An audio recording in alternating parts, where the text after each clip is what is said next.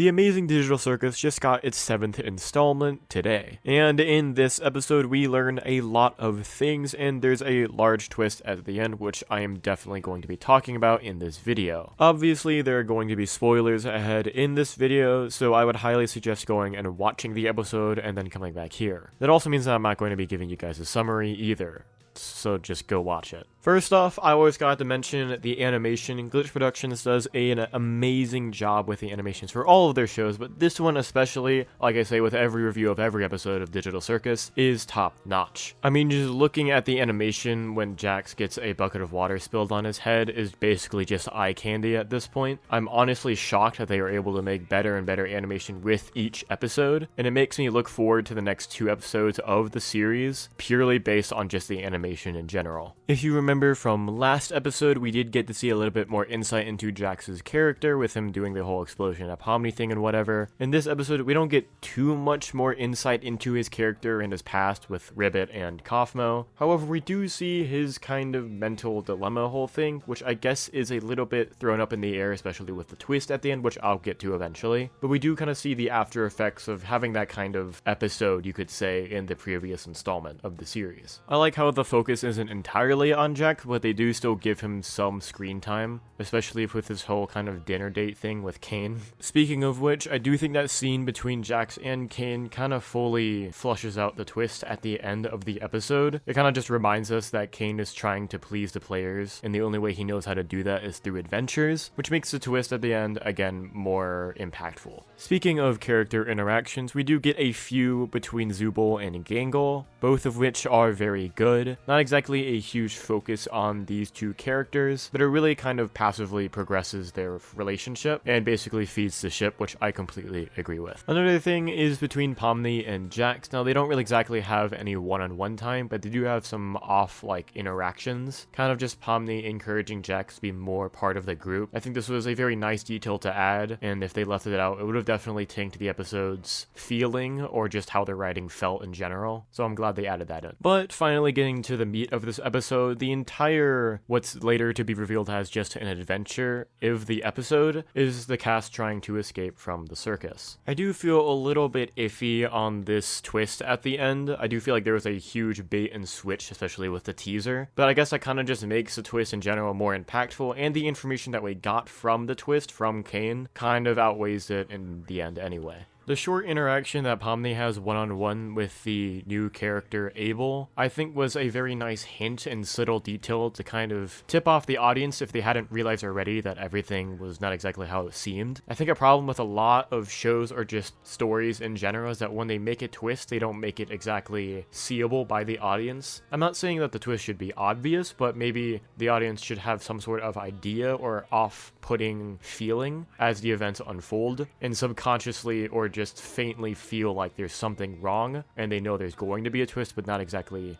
what the twist is. Maybe I'm just rambling, but I don't know. Let me know what you guys think in the comments. Overall, I did really like this episode. I think it is one of the best so far. Not exactly the best, but definitely one of the better ones of the series. I'm really intrigued and interested to see where the series goes on in the future. Like, is the cast actually going to escape the circus, or is the show just not heading in that direction? I guess we're just gonna have to wait until March. Let me know what you guys thought about the episode in the comments down below, and while you're there, consider subscribing and liking the video, and I'll see you guys in my next video.